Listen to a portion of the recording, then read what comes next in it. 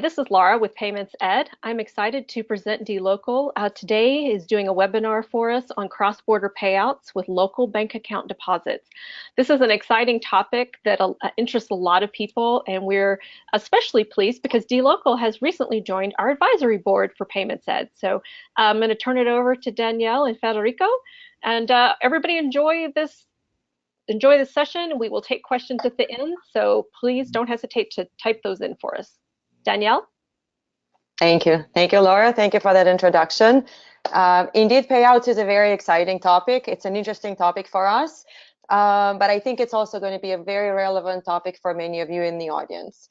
And the reason being is, as payments professionals, we spend so much time on improving and optimizing the payments acceptance side of our operations. I feel that we don't have enough time and we don't spend enough time discussing payouts.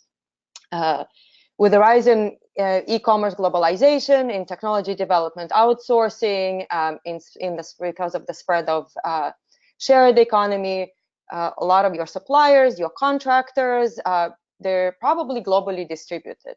Often they are in growth markets in places like Brazil and Mexico and Argentina, maybe they're in India. So there is an increased need to manage and to optimize the sending of payouts globally and make them as efficient as possible.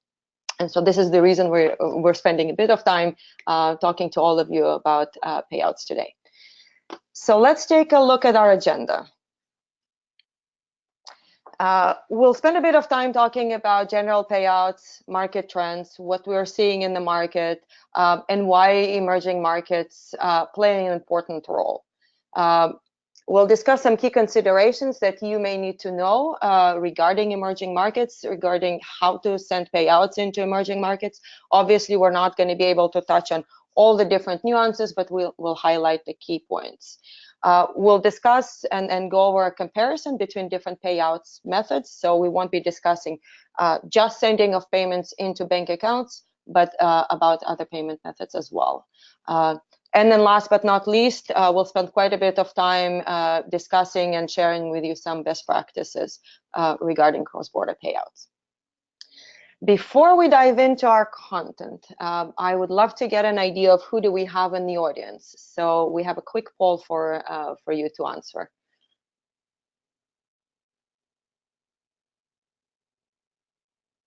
All right, the poll is up.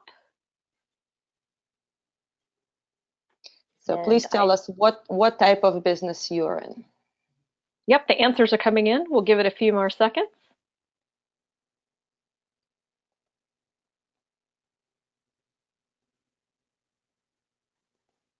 All right, I'm gonna go ahead and I see just a couple of more people are coming in. I'm gonna go ahead and close it. It's very interesting. I'm excited. So I'm gonna close the poll and then I'll be able to share that with you guys. All right, very good. So 18% marketplace companies here in the audience. Excellent. We have lots of relevant information to share with you. Payments, FX, and money transfer providers, about half, even slightly more than half. Great. And then e-commerce websites. Excellent, about 30%, 29 over there. Great, great, great, great. All right, so let's dive back in. Next slide, please. So I touched upon these points a little bit in my introduction. And so why is there a need to operationalize cross-border payouts? Well, you know, we're seeing that there's an increased need from a variety of types of businesses. Some of you here in the audience, marketplaces, for example, shared economy businesses. And so you're finding that your partners, your suppliers, your drivers, maybe your apartment renters, they are located in different parts of the world, right? Your supply side is no longer limited to one, 2 or 3 countries. They really are everywhere. And so from that perspective, this is one of the reasons we're starting to seeing a lot of interest from marketplace companies and shared economies, because they're trying to figure out, well, how do I send mass payouts on a daily basis to a variety of places around the world. Another reason is that it's actually not just limited to sending monies to your contractors or your partners. You may be transacting with consumers who are in different parts of the world as well. If you have sold anything to consumers, let's say in Brazil or in Argentina, you may have noticed that they paying to you with things like boleto or with bank transfers. So how do you orchestrate refunds to those if they are paying to you with these alternative payment methods? Well, you can actually do this through payouts as well. So these are some of the drivers we're seeing in and behind the need to operationalize and to optimize cross-border payouts. Here are some of the things that we're seeing in regards to the supply side and why emerging markets are important there. So let's look at Brazil, for example. Brazil is if we look at Airbnb, you know, everybody's familiar with Airbnb. Rio de Janeiro is actually their fourth largest city in terms of inventory. So clearly an important factor on the supply side. For Uber, for example, both Rio de Janeiro and Sao Paulo are their top two busiest cities. So touching not just the supply, but also the demand side of the equation there. In Mexico, for example, there's actually quite a bit of interest and from the Mexican government to improve economic inclusion and financial inclusion. So they're putting a lot of pressure on local businesses, but also on international business to orchestrate a direct deposit, right? So as you're thinking about your supply side, you know that your partners there, they do have access to bank accounts, they do have access to credit cards, so you need these electronic means to be able to send payouts to them, again, at mass scale. And interestingly enough, you know, we were talking about Rio and Sao Paulo being Uber's top two cities. Mexico is actually in the top three as well, and then pretty regularly contesting with Rio de Janeiro for spot number one. So again, looking at that, both the supply and actually the demand side of your business, right? And supporting that point. Let's take a look at India. Right, India may not be Uber or Airbnb's top cities, but you know, it's actually the largest country, the second largest country in the world in terms of freelancer supply. You know, this is not unusual with the rise in outsourcing economy. We all know that there's a lot of developers that are being hired in India, both by corporates, but also by small businesses, right, on a project basis. So again, if you are a platform, for example, that's dealing with outsourcing of designers or developers, right, you need to know how to send, how to pay, right, how to pay those freelancers if they are located in places like India, Brazil, Mexico, or Argentina, or any of the other places that are around the world. Next slide, please. Okay, so let's spend some time talking about and discussing some of the local nuances that you may need to be aware of. So Brazil, and this is a point that we run pretty regularly across when we working with different merchants who are sending payouts in Brazil. There's a limit of 30,000 Brazilian reals. So once you, as a merchant, reaching that limit, you have to submit a bunch of documentations to the local authorities. So let's take a look at those. We prepared a checklist here specifically so you can take a look and understand what is some of this information, some of the documents that you need to provide. Take a look. I know this list may seem daunting. It's actually fairly simple if you have a direct relationship with the local authorities or if you're working with a payouts provider who's familiar with orchestrating business in Brazil. And what we recommend here is know what is required, but also know that most of this information can be provided in an invoice. And what we recommend here submit the invoice, submit the supporting documentation way ahead of time. And a lot of times it's, your invoice is sufficient. And the point here is, the Brazilian government, they want to make sure that they know where the source of funds is. They want to make sure there is no money laundering that's involved. So, we're all familiar with that concept. And so it is as important in Brazil as it is here in the US. So again, our recommendation, give yourself a bit of lead time, submit the invoice to begin with, and then get feedback and understand, do you actually need to submit all of this supporting information or not? Because you may not need to. All right, next slide, please. So China.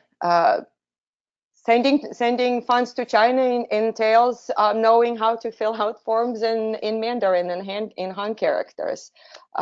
Let's take a look at that example as well here, please. So fairly simple, right? But just as in the case of pay-ins, same goes to payouts, right? There are certain localization that you will have to get involved with to be able to send funds into different countries. Next slide, please. So Argentina. So a couple of points on Argentina here. In Argentina, there's actually a variety of different tax brackets depending on what service is being provided and what service is being paid for. So what needs to be done in Argentina, for example, when you're sending that payment in, typically it's either in real time through your provider or on your own, you actually need to check what bracket your recipient fits in and whether they're an individual, they can be a business as well. And because that can range anywhere from 0 to 28%. In some cases, it's not just the type of business, but also what type of arrangements they may have in place with the Argentine IRS, the AFIP. In some cases, they may have arrangements where you wouldn't have to withhold taxes on their behalf, where they would be paying those taxes directly to the IRS, the Argentine IRS, the AFIP. And so that is why you need to know more than just what type of business they're in. You need to be able to check, right, which bracket they fit in. And this is done based on their either kind of a version of a tax ID or their document number. Another point here, if you're sending funds directly to a bank account, and this is similar to a routing number and how the routing number is orchestrated here in the US, the CBU has their own account validation algorithm, and we have an example of that. Right, so this is a 22-character string. And so you can see here it's distributed anywhere between entity number, there is a bank branch that's embedded into it, there's an identifying digit, a bank account. So you need to know how to create that string. And obviously it's not just you. If you're working with a provider, they need to be able to know how to build that as well to make sure that the payout actually reaches its destination correctly.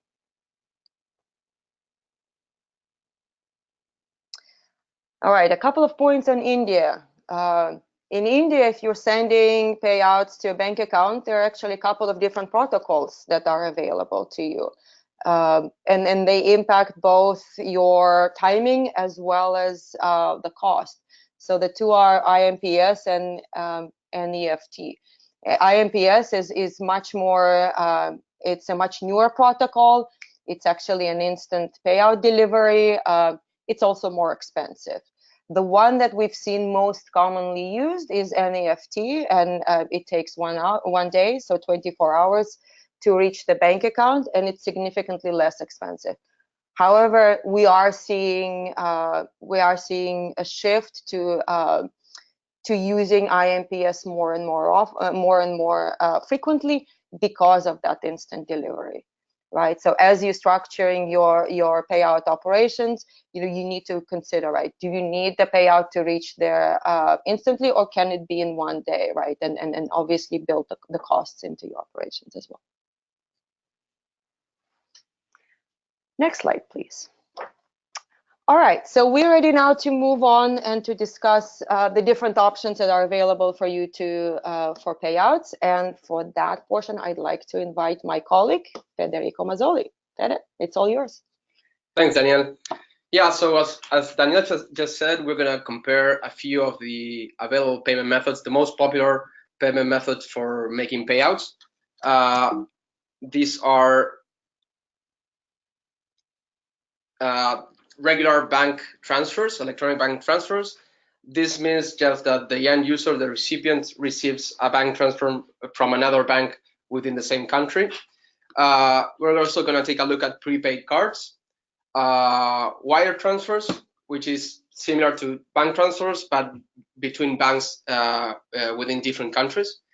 And we're also going to take a look at credit cards, where the funds are stored as credit available to be spent with the credit card of the user.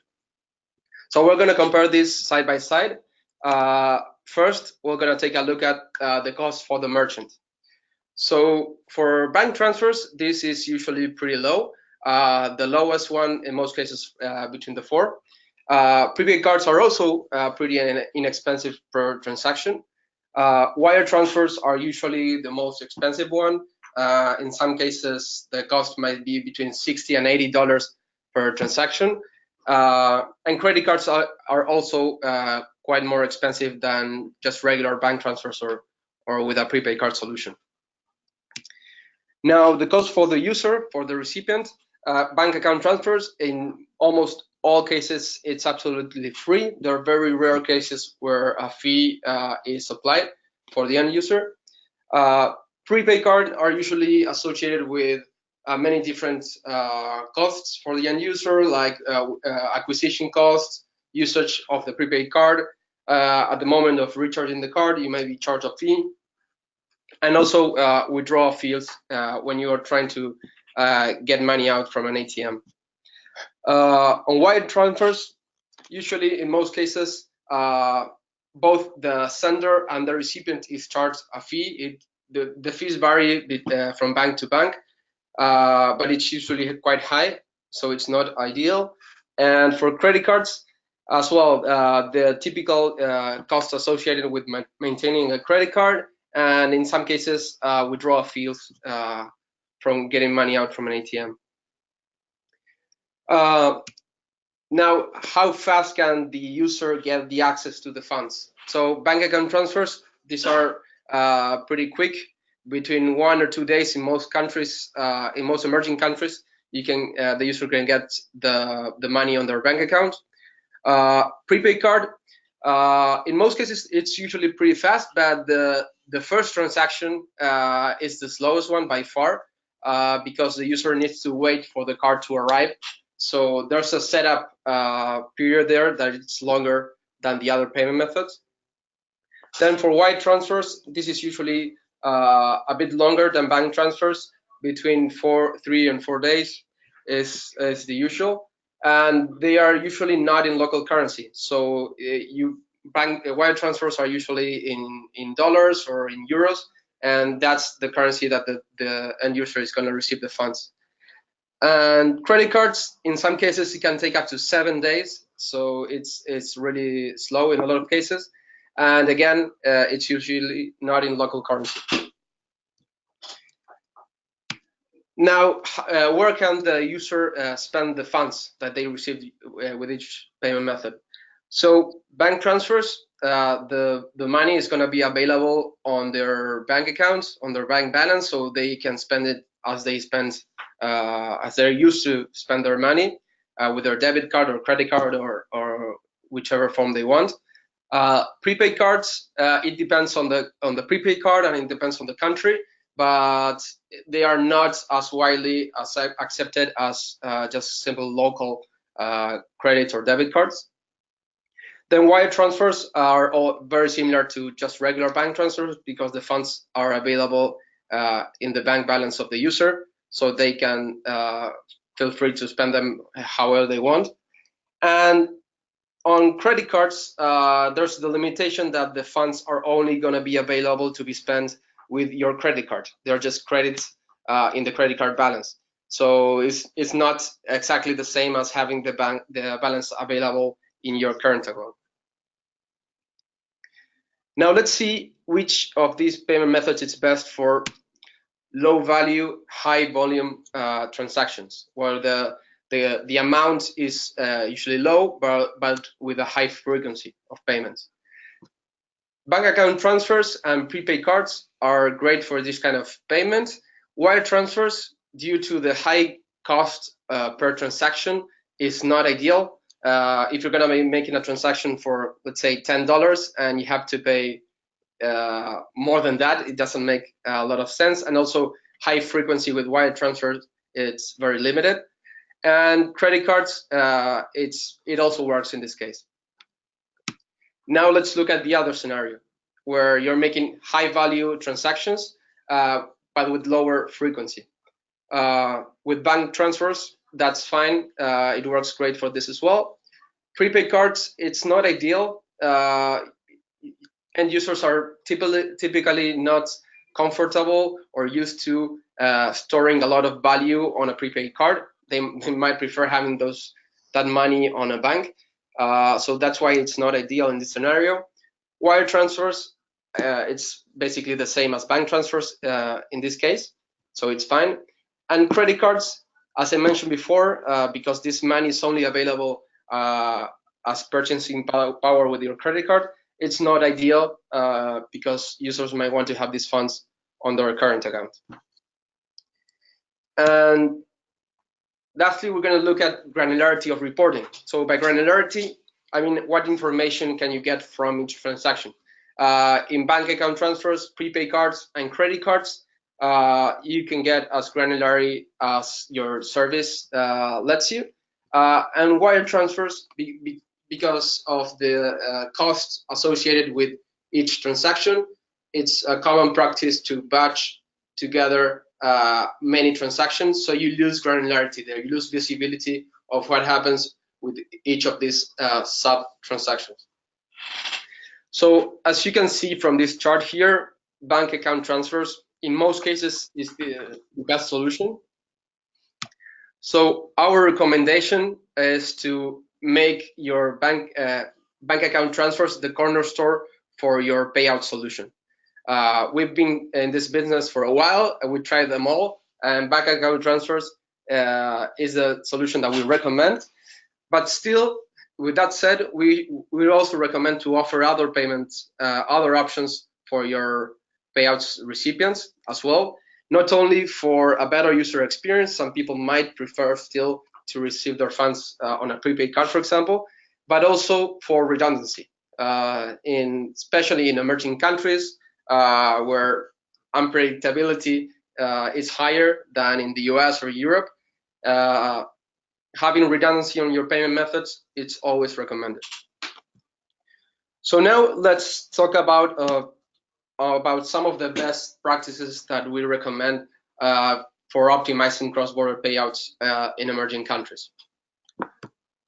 So the three things that we're going to talk about, first of all, it's we recommend it to be scalable. So make your payout solution as scalable as possible. And we're going to talk about this in a bit.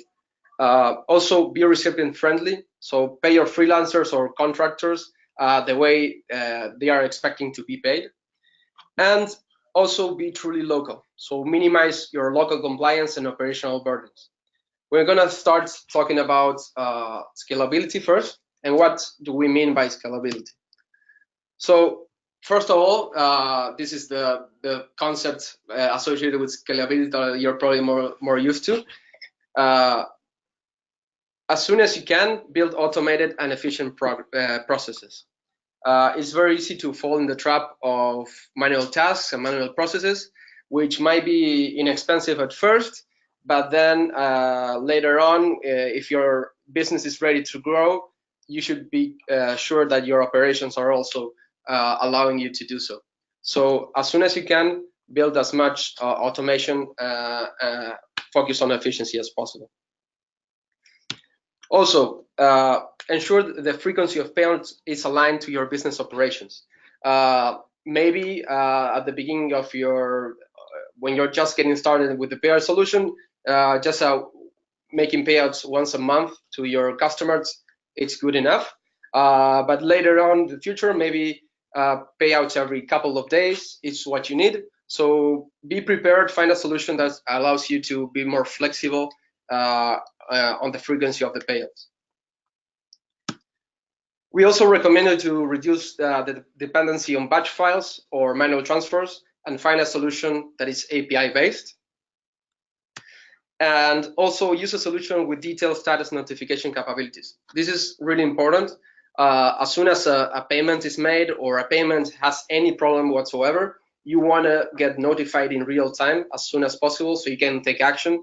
You're going to notify your customer or you're going to update your own systems. So find a service that is proactive and gives you notifications at every step of the process. And also, we recommend you to gain access on transactional data with granular reporting. And I'm going to talk about that in just a second to let you know what I mean. So by granularity, one type of granularity is detailed about each transaction. So what is the basic information that you need for a transaction? So some of the fields that we recommend that you should expect from your service provider is have a requested date. So when did you make the payout request? An invoice number. Specify the country where you're making the payout. Also the amount and the currency of how you're funding that provider. So if you are in Europe, you're probably going to fund that provider in euros, for example, in the US in US dollars. You also need to know how much money and on which currency is the end user receiving the funds. In most cases, they're going to want to receive the funds in local currency. So you need to know that as well. Also, all the taxes that you are paying for that transaction and who the beneficiary is. Also, you want to know the status of the payment. This is really important. In a lot of cases, you just get the pending and paid or something like that. But the more detail you can have from each transaction, on each step of the process, the better. And you also want to know when the last status changed. These are we would say the basic information that you would need to have a solid solution of payouts. But some information is also good to have, like the bank account information of the recipient.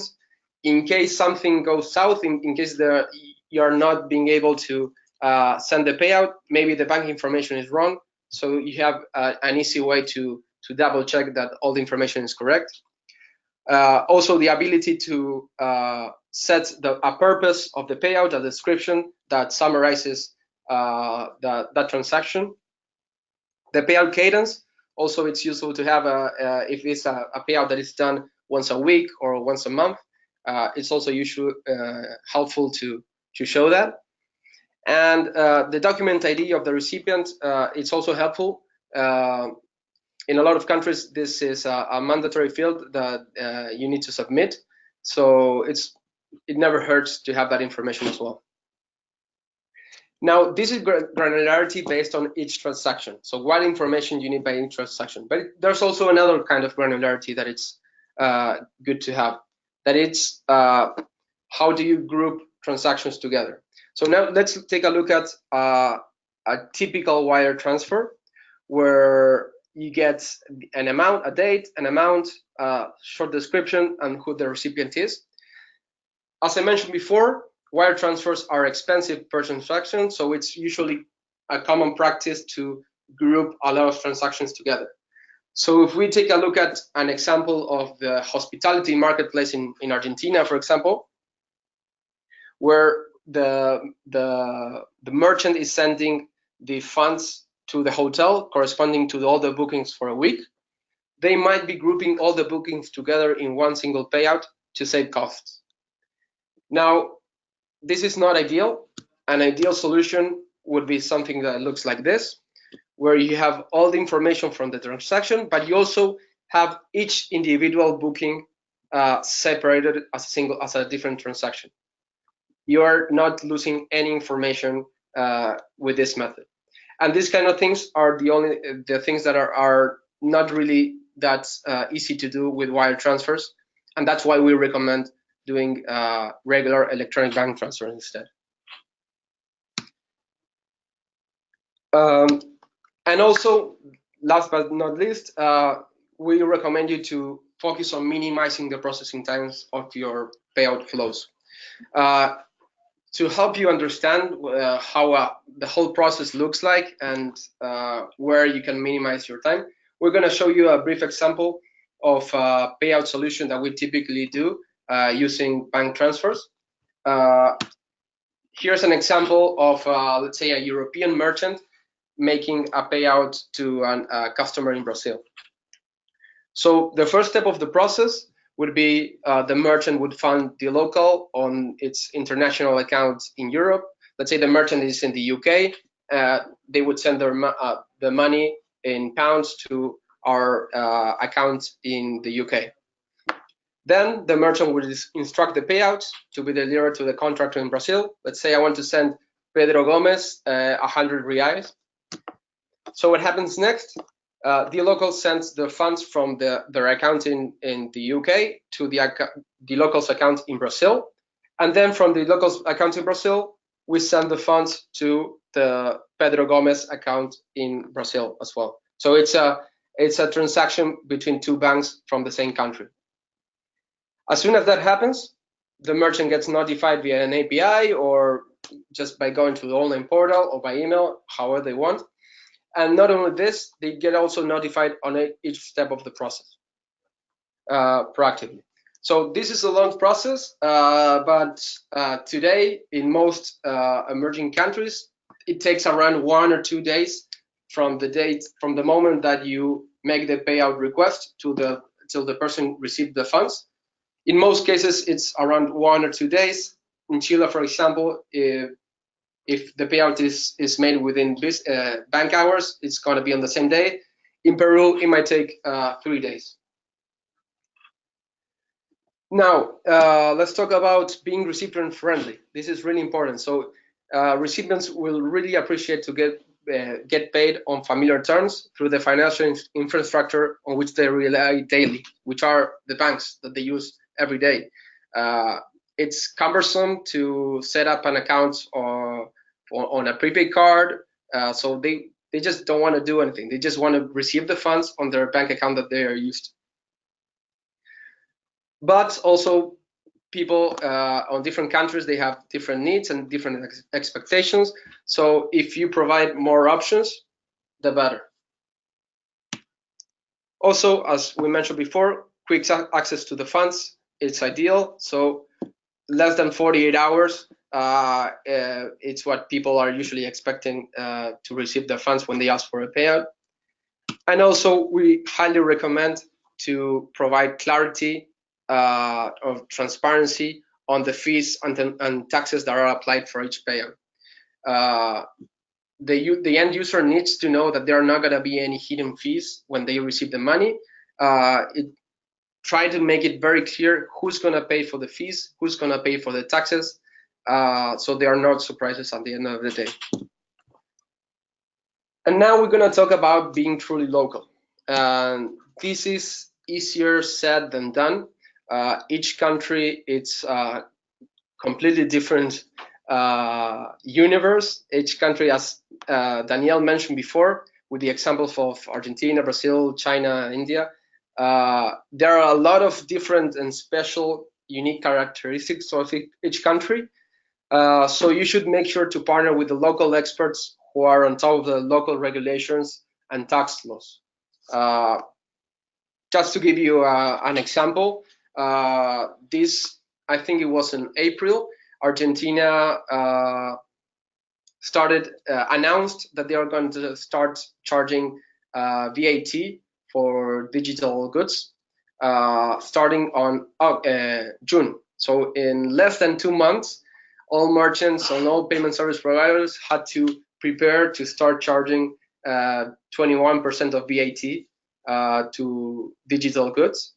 So that's not a lot of time. So you should make sure to know about all this news as soon as possible to to start taking action. By the way, this tax does not apply to payouts, just in case. Also, try to avoid exposure to currency fluctuations with a partner that specializes in local currency payments. As well, Argentina, it's a great example as well. In August, in just 2 or 3 days, their currency devaluated more than 30%. And that's just pretty common these days in Latin America and in emerging countries. So you want to make sure that you're working with a company that it's used to this and has a plan to mitigate those risks. And also, if you're selling goods or services in emerging countries, you're probably gonna want to enable refunds in those countries. And especially in Latin America, alternative payment methods are super important. Cash payment methods are really important. So in order to enable refunds using those payment methods, you need to use some sort of payout solution. So find a solution that will allow you to provide alternative payment methods and refunds for this. So that's it. Back to you, Daniel. All right, thank you, everyone. This is a good time to start asking us questions. What we did here is we built our content around giving you a general overview of the different considerations that you needed to and things that you needed to be aware of as you're planning out your payouts operation. If you have any specific questions about a given country or a specific payouts method, now is the time to ask those questions using the control panel on your right-hand side. Guys, thank you so much for that great content. I've got a couple of questions here that we'll start off with, if that works for you. Cool. When sending payouts to beneficiaries' bank accounts in LATAM, how common is it for funds not to reach their destination? Pedro, do you want to answer that question? Yeah, so in most cases, there are probably 2 reasons why the funds didn't get to the destination. First of all, the most common one is that the bank information is wrong. There are some issues there. So in that case, it's not that common, but it will depend. Basically, the responsibility is going to be on you to make sure that the bank information is correct. Assuming that the banking information is correct, there might be some cases, very rare cases, that still the money doesn't get to the recipient, but this happens probably 1 in 10,000 cases. So it's very, very rare, and the solution is pretty simple. Just ask the recipient to contact their bank, and the payment will be probably solved within 1 or 2 days. The good news is it sounds like it's a very reliable solution. Yeah. Great. Yeah, correct. Okay. Let's see. Another question I have is, what are the most common payout schedules that you're seeing from marketplaces and gig economy companies? Sure, and I can address that question. So we've actually seen a variety. I wouldn't say that there is a given best practice, whether you should be sending payouts once a week or once a month or every 2 days. The one thing that we do see in common with all of them is that they're instituting minimums, right? So you wouldn't want to orchestrate a payout just for, let's say, 20 cents or 50 cents. So what we're seeing is that they will tell their recipients that they will pay out a minimum of $50, right? And that could be done either every Friday or every 2 weeks. That depends on the merchant itself. But most of them actually have those minimums in place. Great. Here's another one. Can you please talk more on the routing number, account number validation? Is that the question that was Argentina related, the Argentinian CBU, or? Let's see. Harsha, are you still on?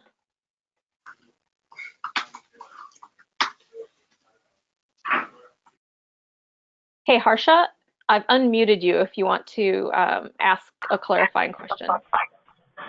Yes, so it is based on the slide deck that you were showing in the presentation, one of the slide decks. That was the CBU number, right? We can probably Yes. go back to that slide.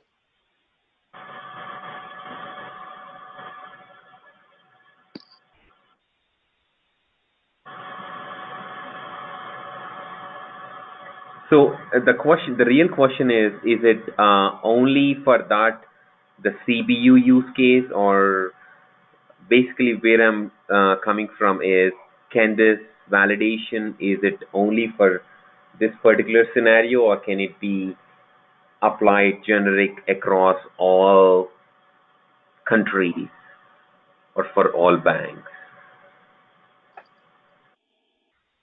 So, sorry, let me answer that. So it depends on the country. In Mexico, we check the clave. In Peru, we check the CCI.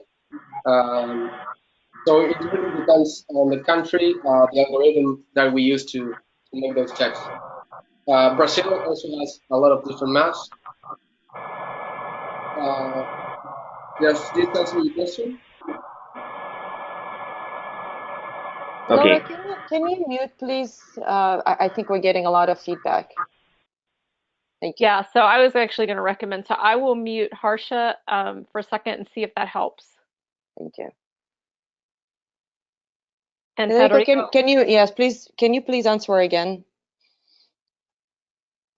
Yeah, so it depends on the country what we check. Each country has their own validation algorithm. For example, in Peru, we check the CCI. In Mexico, the clave. In Brazil, there are a lot of different marks that we check. But basically, we do check in a lot of countries, each of them on a different way. Colombia as well. It depends on the bank.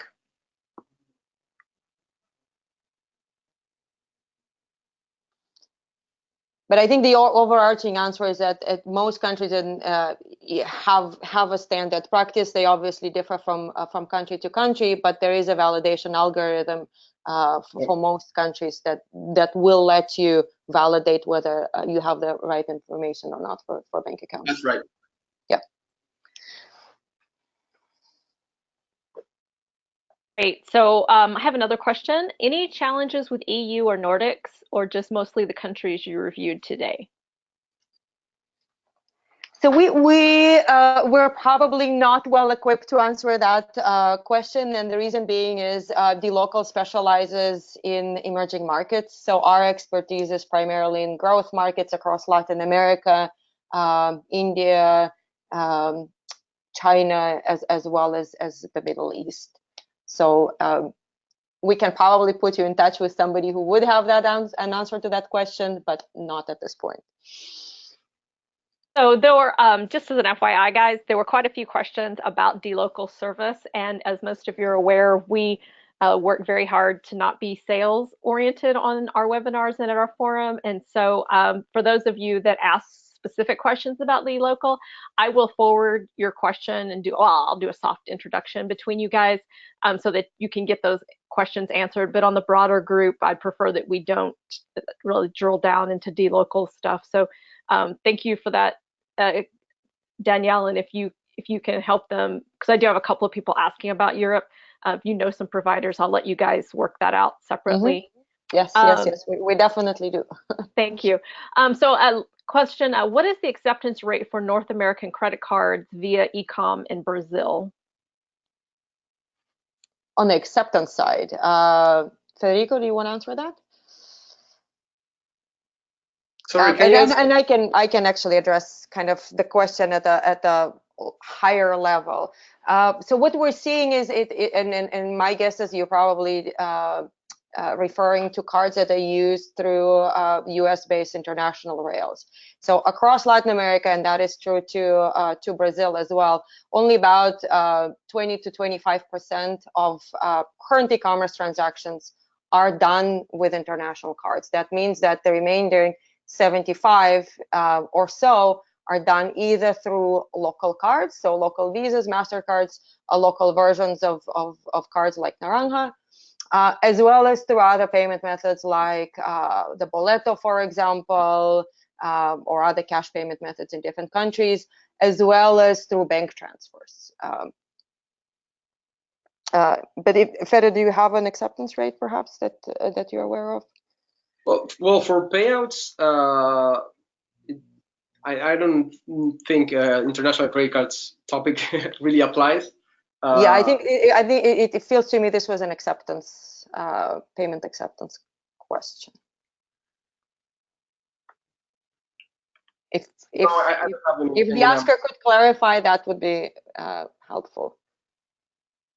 Otherwise, you know, if it is a payouts related, our recommendation would be if you're only going with credit cards or prepaid cards as your payout mechanism, at the least make sure they're locally accepted, right? That they can be accepted on the local networks.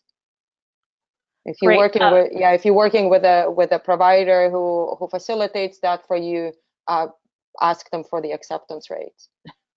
But you know, the best case scenario, and this is something we've seen from many of our merchants, is that ask your recipients, ask your providers in those countries, how do they want to be paid, and then work with those options. Obviously, you may not be able to roll out all of them, but ask them. Hey, Rob, that was your question. I've unmuted you if you would like to ask a clarifying or follow-up question to the answer. No, they answered me pretty much. I was pertaining when you're using e-commerce and you are using just your standard U.S. bank card. Do they identify the numbers by the bank and automatically turn it down whether the funds are good or not? There's a low acceptance rate in Mexico. I was wondering what the correlation would be in further in Latin America, such as Brazil. This is, I think we've answered at a higher level, and I believe you're, Rob. Yeah, we can, if you'd like to get in touch, we have a variety of other data we can share with you on Brazil and other markets as well regarding both acceptance and then in the payout side. Okay, thank you very much. Sure thing.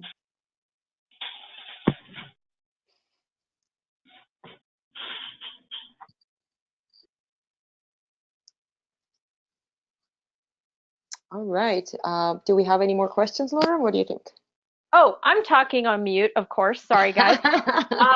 Yeah, so that was the end of the questions, and I want to thank you guys for the great content and the great questions. Like I said, anybody who asked a question specific to dLocal services, I'll facilitate a warm introduction after the call, so look for that later this afternoon. And again, we will hopefully by the end of the week, though it is Wednesday, so we'll see. Hopefully you guys will get a copy of the deck as well as a copy of the webinar itself, a link so that you can go back and re-listen to it as needed. And then I would also just like to tee up, just so you are aware that coming up in November, we will have another webinar, and it will be with Visa and Cardinal Commerce. And they're going to talk about some exciting things that you're going to want to tune into. So pay attention to your inbox. You will see those coming out in the next few weeks. And I hope everybody has a great rest of your day. Thank you, everyone. Thank you.